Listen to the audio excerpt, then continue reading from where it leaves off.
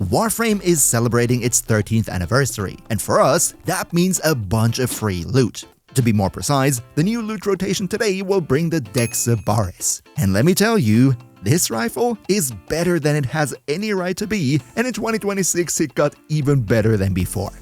So, in today's Warframe guide, we're gonna take a look at it, discussing both a beginner-friendly build for the newer tenor among you, but I also have a super strong Incarnon build that obliterates absolutely everything.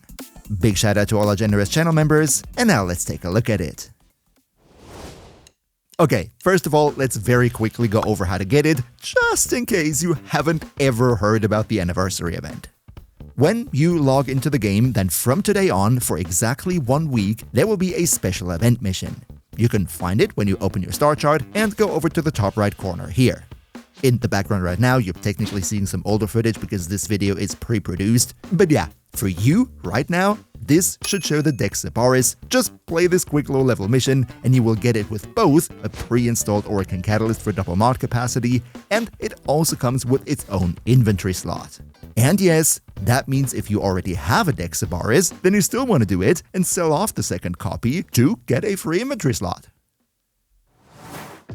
But now that you got the Dex Sybaris for yourself, let's take a quick look at how this weapon actually works.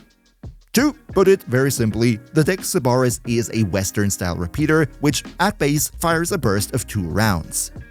Now, one interesting thing to note here would be that when we're looking at the stats, the fire rate of 3.33 looks kinda slow at first, but in practice it feels much faster because to me it kinda seems like that the 2 bullets within the burst are being fired in much more rapid succession.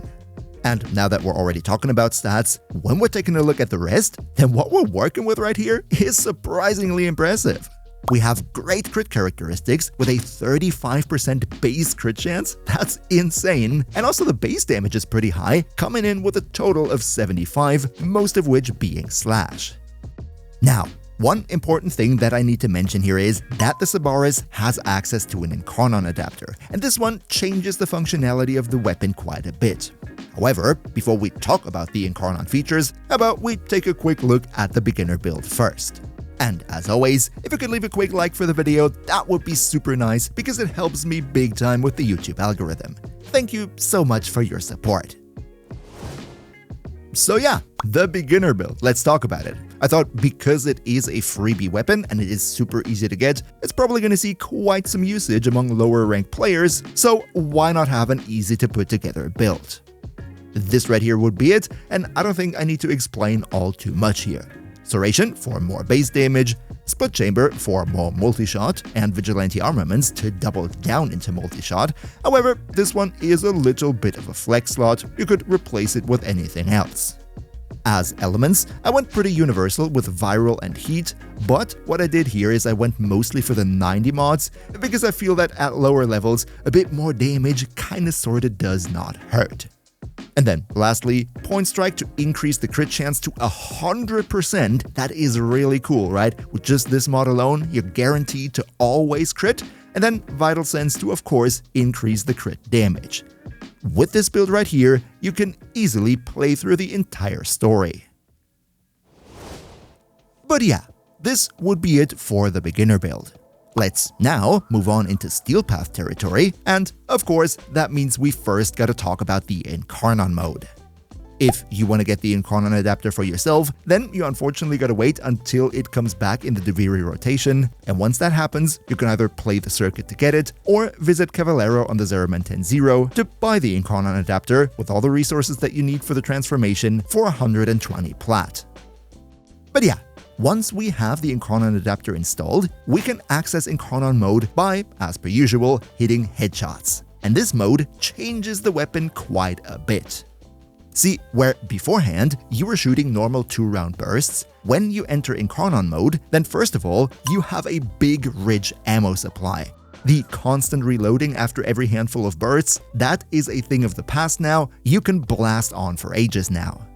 However, what's more interesting is that instead of the 2-round burst, you're now firing a 4-round burst, and this is the most special thing about this weapon that all the builds revolve around, in Incarnon mode, every single bullet that you fire will inflict a guaranteed blast status effect. Regardless of your status chance and everything, you're guaranteed to always get at least one blast proc. Don't worry, I'm going to explain what we can do with it later in the build section. Before that though, of course, we gotta take a look at the Incarnon evolutions. And when we do that, of course, number one, I already explained it, access to the Incarnon mode, 4-round burst, guaranteed blast proc. For the second evolution, we have two options. On the one hand, we can get plus 15 base damage, and on firing, we gain plus 5% multi-shot stacking up to 10 times. So, in other words, we get basically constantly plus 50% multi-shot. This stacks additively with multi-shot bonuses from mods and arcanes, so it is not that much, but it is still nice to have. And then option number 2 right here drops the whole multi-shot thing entirely, but instead, on top of the 15 more base damage, you get even more base damage on consecutive weak point hits.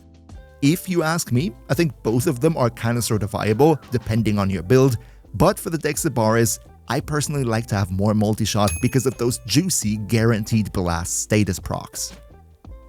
Now, evolution number 2, in my opinion, isn't all that interesting. These are usually more the convenience options, and what we're working with here is more base magazine capacity. This one is only in the non-Incarnon mode, so we kinda sorta don't care anyway.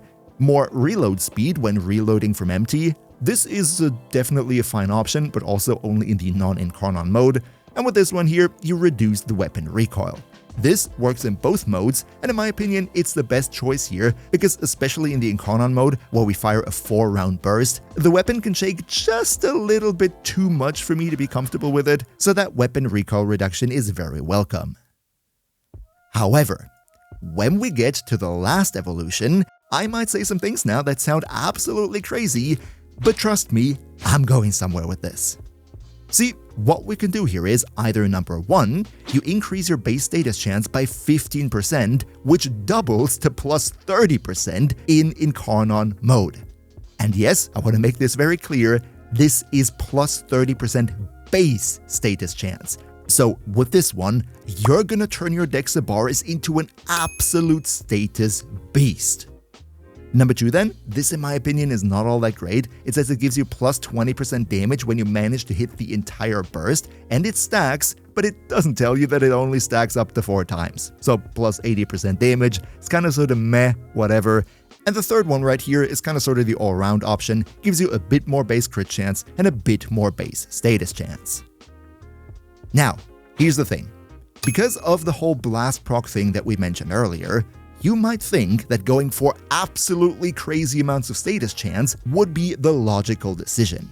However, I kinda sorta don't agree here, and I think in most situations, actually this one right here, with the crit and status chance, is probably the better option. And before you declare me crazy, let me explain exactly why that is.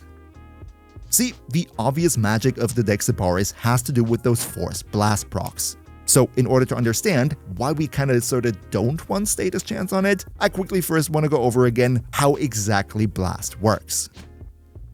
See, the thing with Blast is you can stack it up to 10 times on an enemy. And once you hit the 10th proc, then all the Blast procs are instantly gonna pop and create a bit of an AoE explosion that will damage the enemy themselves and the enemies around them.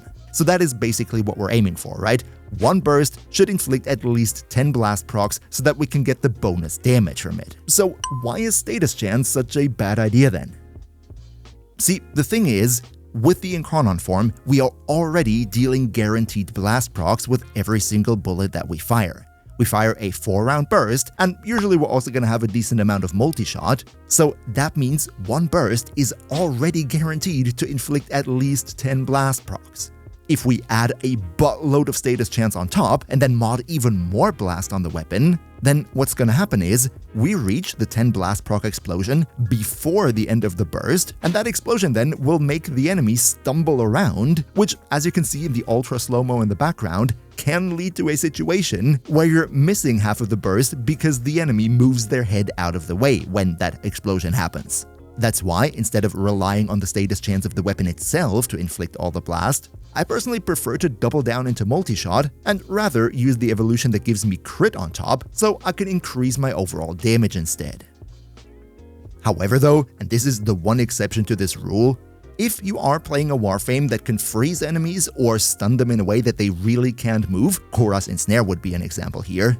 In that case, yes, when they can't stumble away, you can totally double down into status chance, mod all the blast you want on the weapon. In that case, it is perfectly viable. Whew, and with all that Incarnon talk done, let's now take a look at the builds.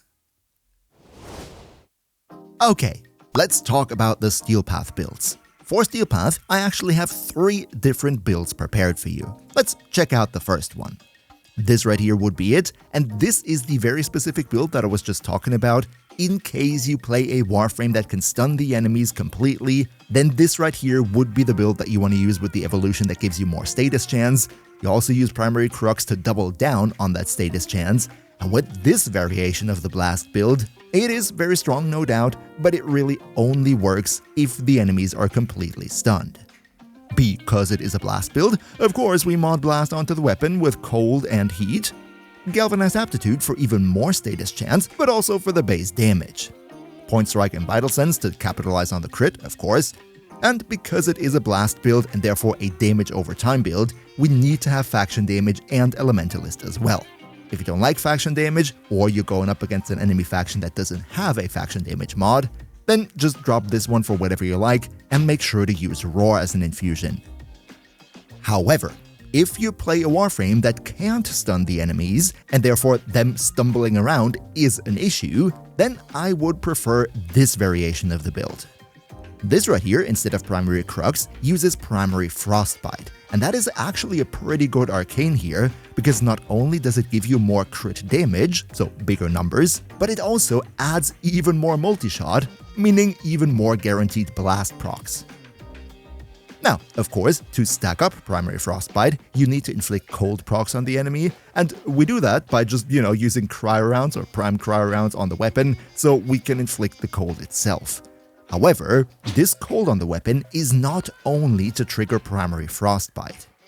See, with the stumbling issue that I mentioned, there's actually a very easy fix. If you just mod cold on the weapon, then you're gonna freeze the enemy as you fire on them, and that slows them down so hard that you're basically guaranteed to land the entire burst. Even if they want to stumble, they're just gonna be frozen. That is why I think modding for pure cold on the Dex Sybaris is actually a really good idea. The rest of the build though is basically the same, only little difference right here would be Hammer Shot. This, in my opinion, is kind of sort of a flex slot. If you wanted to, you could swap it out for more damage, maybe Galvanized Scope if you want to double down into your crit, or, and this is pretty cool, quite literally, you could also use Shivering Contagion.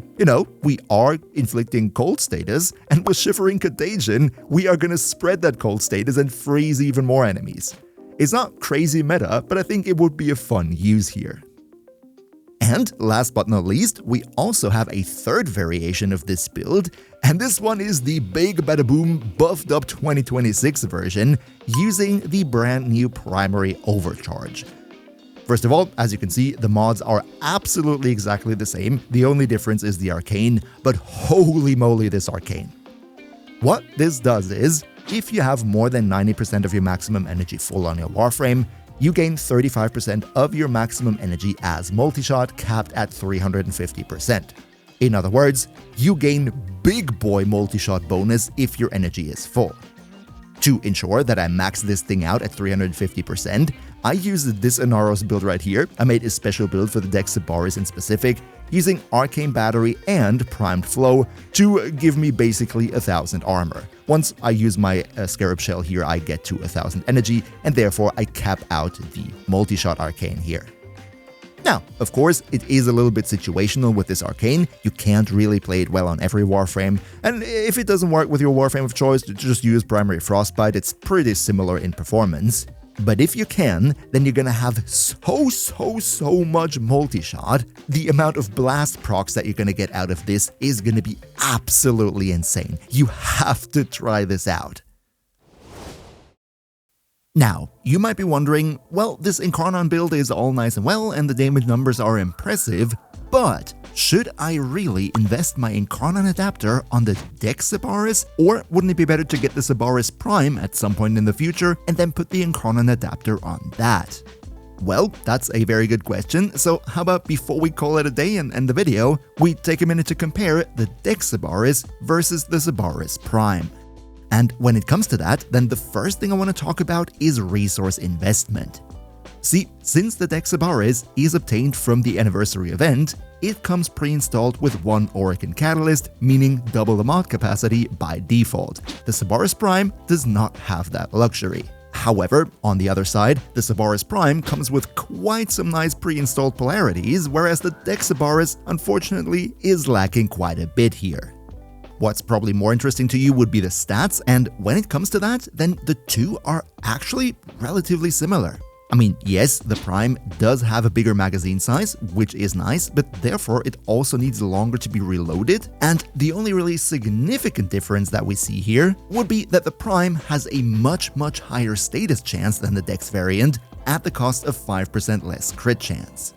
Now, usually more status chance would be a crystal clear plus point for any blast build out there, but as we previously established, in case of the Sybaris Incarnon, status chance is actually not really what we want for the blast build. So the advantage that the Sybaris Prime has over the Dex here isn't all that impactful. If anything, then the only plus point that the Sybaris Prime has is the higher base damage over the Dex variant, but that is not as crazy of a difference as you might think.